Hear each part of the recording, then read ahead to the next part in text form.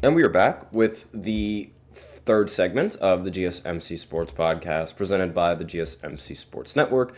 And in this third segment, we are going to go ahead and talk about the Eagles and their matchup against the Rams. We're going to go right into this and say, why did we have to get rid of Saquon Barkley? Why? But anyways, this was a snow game. This was played in Philly. Philly ended up winning 28-22, and I can't really say that I was surprised. I will say though that I was surprised at who ended up dominating in this game. Now, I don't know if you guys really remembered exactly what I said, but look at Saquon. Already in the NFC Championship game the minute he leaves New York. Yes, of course, because God forbid if they win a Super Bowl as a Giants fan, I am going to be livid. If they win the Super Bowl, I would fire the GM right now. If they win the Super Bowl, I kid you not, if I was the Giants owner, I would fire that GM immediately, because everybody in that room that was talking about who's going to pay Saquon all that money, if that team ends up winning the Super Bowl just because we did not want to pay Barkley and because we let him walk, I would fire everybody in that room. Everybody, even after the Giants made a statement saying that, oh, okay, we're going to continue with the coach is fine. I don't mind the coach. We'll continue with the coach. But continuing with the GM after what's been going on, I don't know about all that. And if Saquon, if he ends up winning the Super Bowl, if he wins the Super Bowl MVP, God forbid, I will literally lose it. I will actually lose it. That is just the thought of that is just bleh, makes me want to barf. But that's besides the point. So, anyways, it's the way that they won that I was really surprised with. I did not expect Saquon to have as good of a game as he did. I also did not expect Jalen Hurts to have as bad of a game as he did. Now, the Jalen Hurts, he did get hurt mid-game, but again, he was also he was mediocre throughout most of the game. I can't, except on the ground, but we know how he gets his touchdowns on the ground.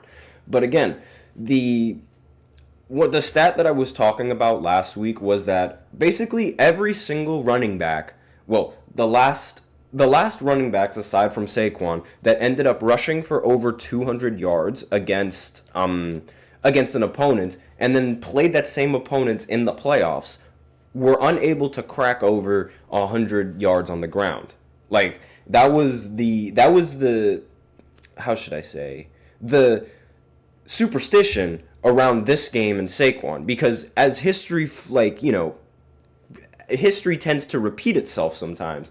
So if we go by history standards and things like that, almost every running back would underperform when playing against the same team that they absolutely destroyed in the regular season, because that same team was going to make adjustments to try and stop that running back, right? But that was not the case in this game. So combined, Saquon Barkley accumulated over 500 yards of offense against the Rams, just against the Rams. Not in this game, obviously, because they played a game before that, but when you combine his receiving yards and you combine his rushing yards, he has over 500 yards against the Rams. He literally, as the thumbnail, well, not really the thumbnail, but as the title of the video says, he literally rammed through Los Angeles. In this game, he had 205 rushing yards and 2 touchdowns on the ground. This is staggering. He had more rushing touchdowns, not rushing touchdowns. Well, yeah, he did. He had more rushing touchdowns than Jalen Hurts had passing touchdowns, and he also ended with more rushing touchdowns than Jalen Hurts had passing yards. No, rushing yards, excuse me. He had more rushing yards than Jalen Hurts had passing yards, which is usually very difficult to do, especially now in today's era where it's pass the ball, right? Back in the day, it was a lot easier to do that, but now in the modern and NFL days, it's not that easy to do that. Jalen Hurts was really good on the ground. He rushed in for 70 yards and 1 touchdown, so I'm not really, faulting Jalen Hurts' ground game, but that passing game, only passing for 128 yards. I think that for somebody as talented as Jalen Hurts is or was, that's very mediocre.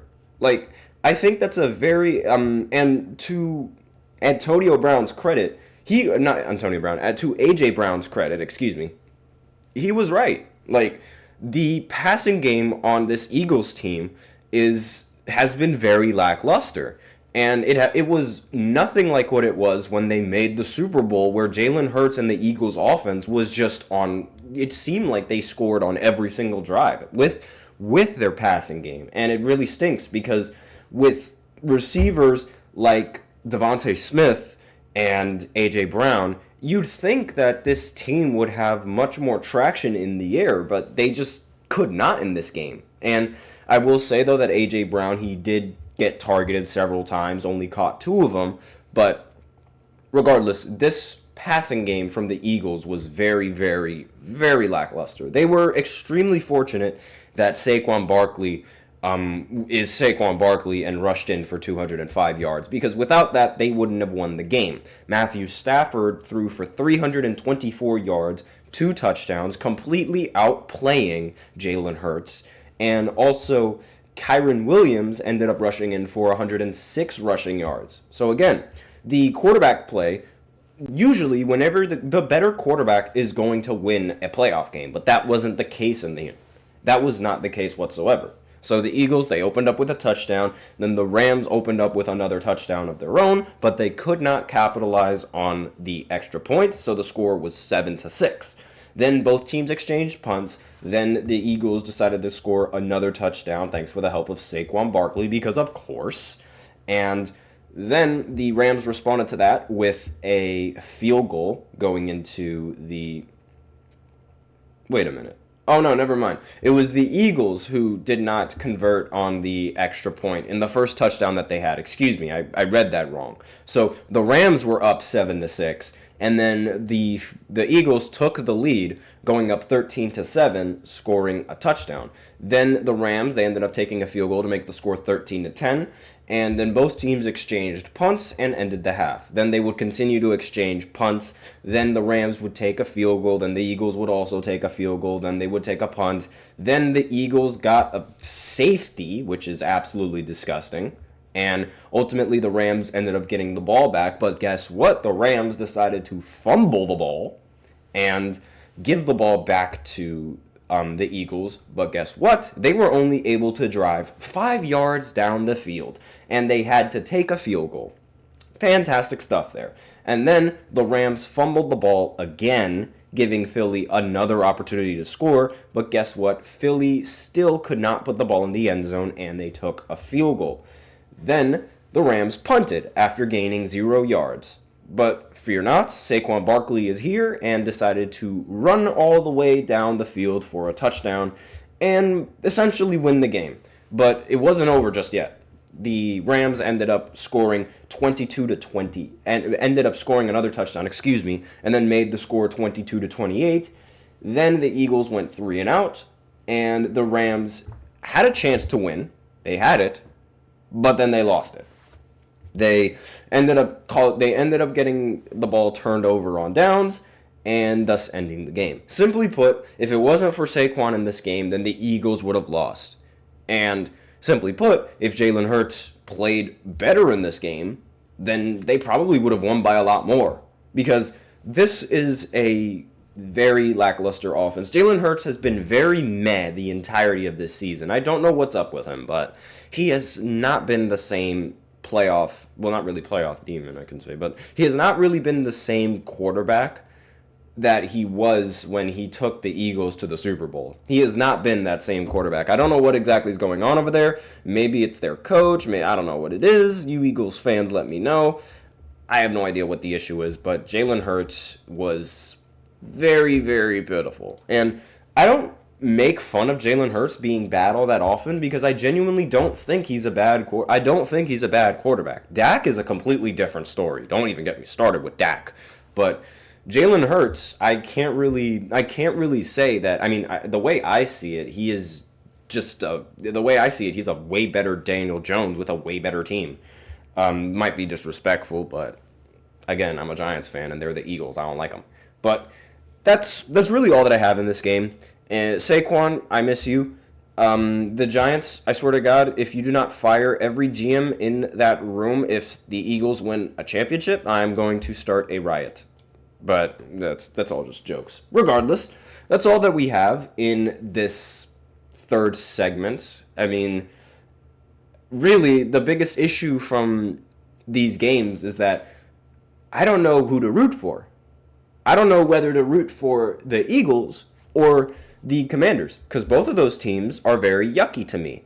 And it's going to make me barf thinking of either one of those teams being in the playoffs. But I would rather the Commanders be in the Super Bowl than the Eagles, because if the Eagles make it to the Super Bowl, that is just going to bring me back to the very worst day, one of the worst days of my life, when Saquon ended up leaving to join Philly.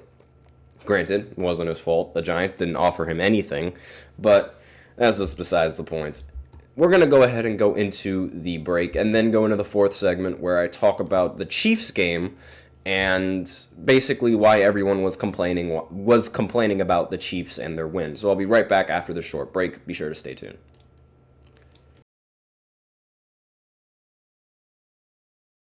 For the best and latest podcasts available anywhere, go to the podcast app on your cell phone and type in GSMC to access free content-rich podcasts on health and wellness, book reviews, sports, entertainment, relationships, social media, movies, technology, finance, and even weird news. Subscribe and download the GSMC Podcast Network's family of shows, available everywhere podcasts are found.